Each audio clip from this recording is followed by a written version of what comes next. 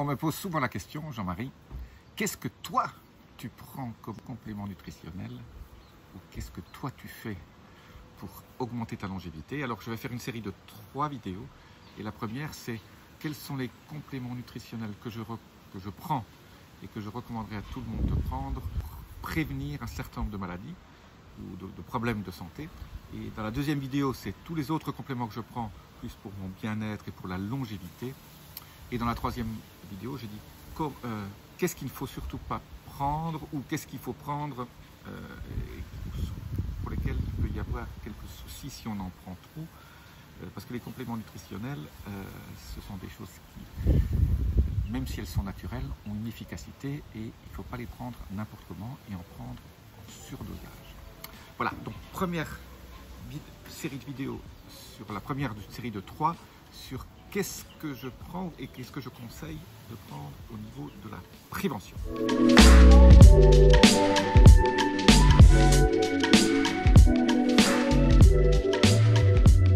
Je suis Jean-Marie Butterlin et vous regardez Vie augmentée. Alors, quand on est un homme, il y a une chose qui est méga importante quand on avance en âge, c'est de prévenir le plus possible les maladies graves.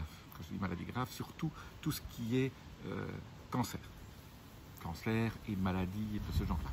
Alors, pour l'homme, on sait très bien que les études montrent que si vous avez 90 ans, vous avez, je crois, eu 2 chances sur 3 d'avoir eu un cancer de la prostate. Je vais parler de tout ce qui est hormonodépendant. Je répète, je ne suis pas médecin. Consultez toujours votre médecin si vous avez un doute sur quelque chose. Moi, je relate ce qu'il y a dans la littérature et ce que moi je prends et qui me va bien. Donc, en gros, quand on avance en âge, quand on est un homme, je parlerai après des femmes aussi, hein, donc les femmes, restez avec moi, parce que les cancers hormonodépendants des femmes, c'est aussi super important. Et donc là, le consensus scientifique dit qu'il faut mesurer un PSA tous les ans, hein, au-dessus de 50, 55, 60 ans. Bien que le PSA ne soit pas ultra fiable, c'est un bon indicateur, c'est une prise de sang. Hein. Donc vous voyez avec votre urologue, votre médecin généraliste, hein. Si c'est au-dessus de 4, il y a un potentiel problème, c'est pas sûr, hein, ça peut être une inflammation de la prostate. Donc là, il faut vraiment voir votre médecin. Si c'est en dessous de 4, généralement, il n'y a pas de souci. Pour prévenir ça, il faut éviter de fabriquer des mauvais estrogènes. Donc le problème des cancers hormonodépendants, c'est que, surtout au niveau de la prostate chez les hommes, je parlerai après des femmes, c'est lié à la conversion de testostérone en déhydrotestostérone, ce qu'on appelle la DHT, qui peut créer des problèmes d'élargissement de la prostate, pas forcément de cancer, mais ce qu'on appelle l'élargissement de la prostate et des problèmes de se lever la nuit, des problèmes urinaires. Pour ça, moi je prends ce qu'on appelle des inhibiteurs de la 5-alpha-réductase, qui est l'enzyme qui aide à convertir la testostérone en déhydrotestostérone.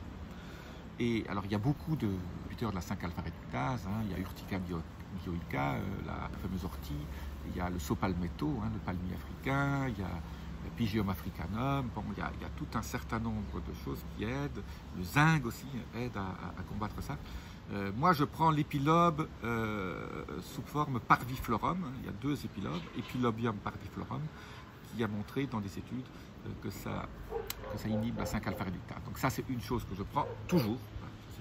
Ça m'évite des problèmes et j'ai une prostate de rêve. Je ne me lève pas la nuit. La deuxième chose, au niveau prévention en général, et ça je le prends aussi tout le temps, c'est ce que je disais tout à l'heure, c'est d'éviter le problème d'avoir trop d'estrogènes chez l'homme, et surtout des mauvais estrogènes. Il y a 3 types d'estrogènes, 1, 2, 3. Le 2 est bon, les autres sont pas très bons. Il faut éviter, donc il faut détoxifier les niveaux d'estrogènes mauvais dans le corps.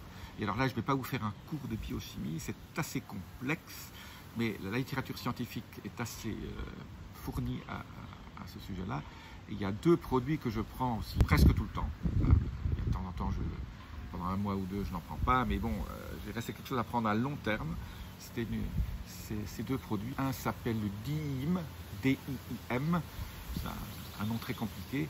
On trouve ça pas facilement en Europe, hein. Il faut aller sur des sites hollandais. Le DIIM, un produit que le DIIM transforme après dans votre corps, qui s'appelle l'indole 3-carbinol, IS3C, on appelle ça dans notre jargon, indole 3-carbinol. Alors, ça aide donc à détoxifier les mauvais estrogènes. et à éviter de faire ce type d'estrogène qui ont des noms aussi barbares. Alors, vous allez me dire, est-ce qu'il y a des choses naturelles qu'on peut prendre qui contiennent le DIM ou l'I3C, l'indole 3-carbinol?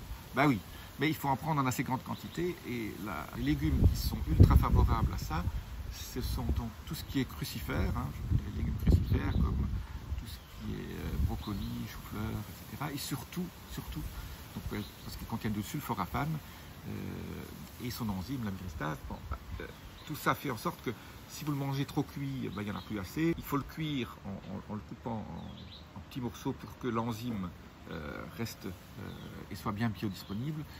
Bon, il faut en manger pas mal, donc il faut aimer les brocolis, les choux-fleurs, les choux de Bruxelles, tout ça. Ou alors, vous faites comme ce que je fais de temps en temps. Pendant 2-3 mois, je fais pousser mes propres germes de brocoli. On va avoir ce qu'on appelle les graines germées de brocoli qui contiennent énormément de sulforaphane, et donc ces sulforaphanes se transforment aussi et font le job comme l'indole 3-carbinol ou le DIM. Mais comme je suis un fan de brocoli et je suis plein, mais j'ai pas envie d'en manger tous les jours, je supplémente en DIM et indole 3-carbinol et Epilobium parviflorum. Bon, c'est un peu les trois choses que je prends. Un, ça évite l'élargissement, et l'autre, ça va me protéger. C'est pas sûr que ça va me protéger, rien n'est jamais garanti dans la vie, mais les études montrent que ça aide à éviter ce qu'on appelle l'hypertrophie bénigne de la prostate et les potentiels cancers associés à ça.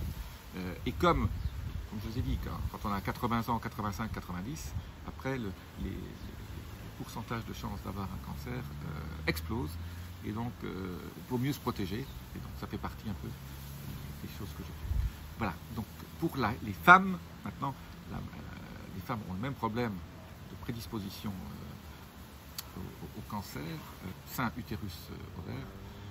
Et bien, bon, il y a eu la fameuse étude en l'an 2000 qui montre que tout ce qui était prise d'hormones de substitution était une catastrophe et créait plus de cancers que ça n'en évitait.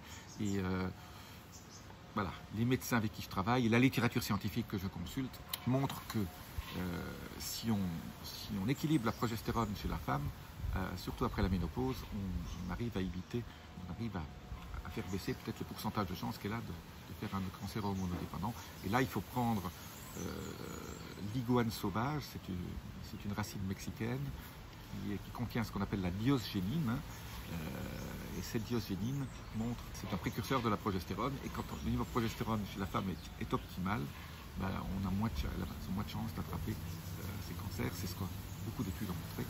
Comment prendre cette diosgénie? Il ne faut surtout pas la prendre en pilule parce que votre foie la dégrade, et donc il faut la prendre en crème. Et donc ça existe sous la forme de ce qu'on appelle des crèmes YAM. Je mets un lien en dessous, dans le pli du coude ou au niveau des poignets, matin et soir.